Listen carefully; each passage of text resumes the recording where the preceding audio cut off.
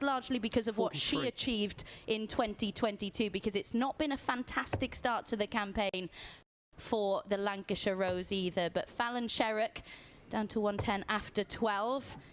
43. She'll be hoping for her first success in the Women's Series of 2023, I'm sure.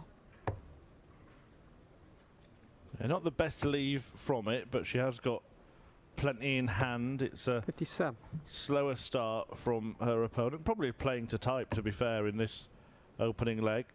Sherrock leaves double 16 to win the opening leg. Not 35. yet. She will return, though, with Fochesatto not on a finish, but can she apply some pressure?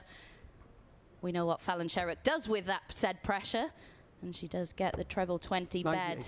But Fallon Sherrock then double 16 to take the opening leg here.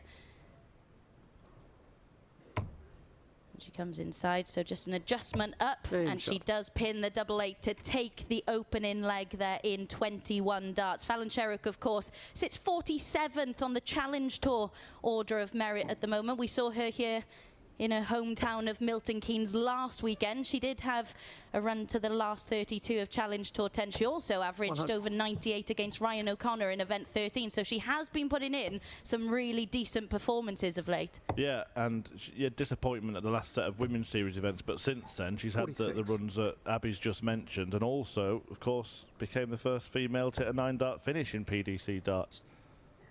Yeah, and you caught up with her, didn't you, after that? And she said some quite interesting things about it, didn't she, when you spoke to her? Yeah, she 38. was sort of a little bit blasé about it, to be honest. So at the time, she actually said she wished she reacted more, but she is the type of player who does 60. get in a zone.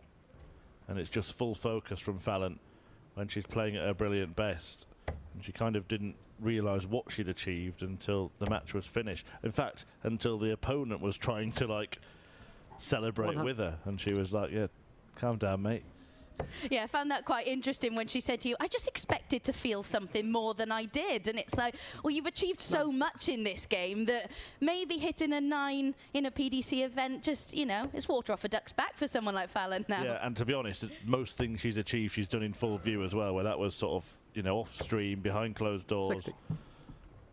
Just a little modest first ever PDC women's perfect leg.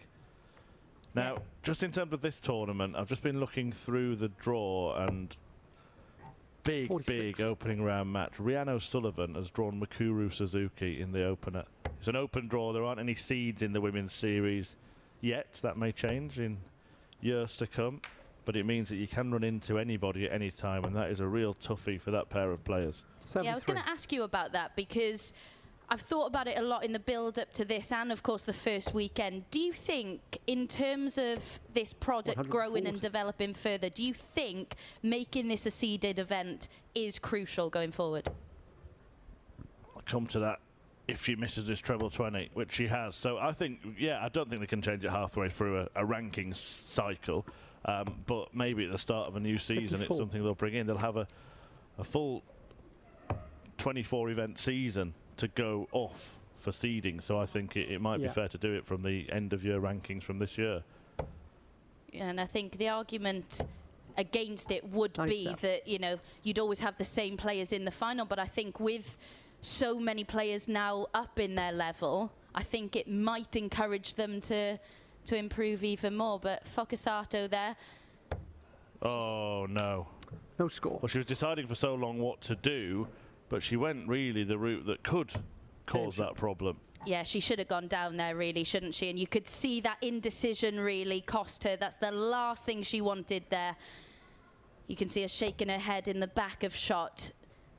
She is just 17 years of age. Those sort of things will come with time. But then Fallon Sherrock, not only does she take out the finish in 1 dart, but she also compiles the misery by hitting a 180 as well. It's a tough school, this. Yeah, who needs enemies when you got friends 60. like that, eh?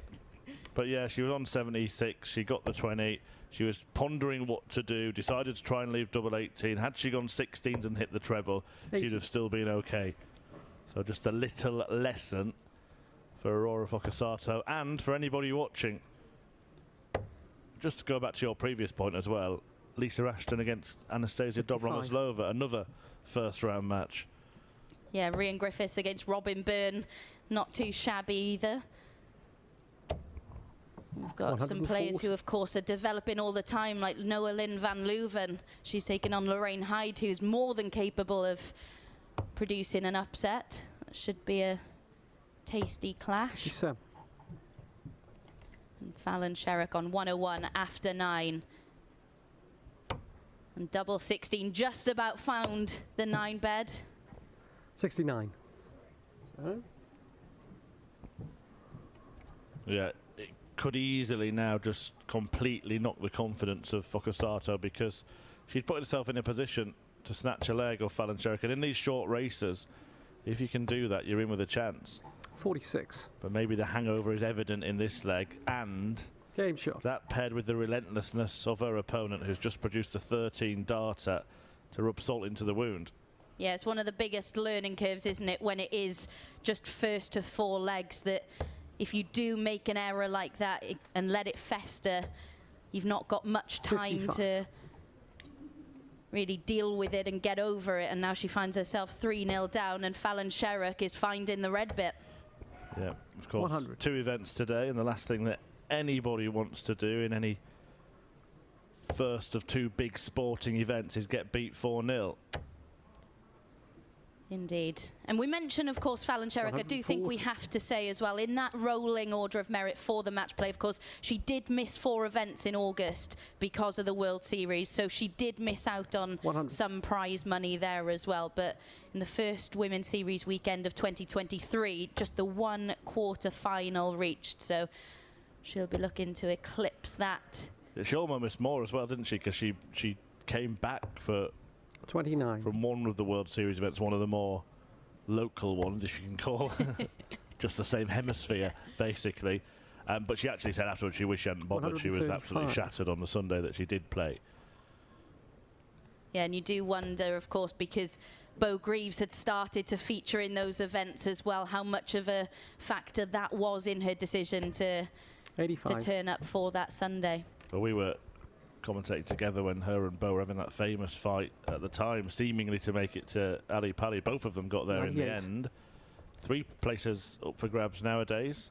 1-2, that Women's World Match Play champion, where Fallon Sherrock will go and try and defend that title, but she's made a very good start to her campaign here and is looking to get the job done. And she is making light work of this, and Fallon Sherrock does get over the line. A comprehensive 4-0 victory, an average just shy of 90 in that one, and the Queen of the Palace is up and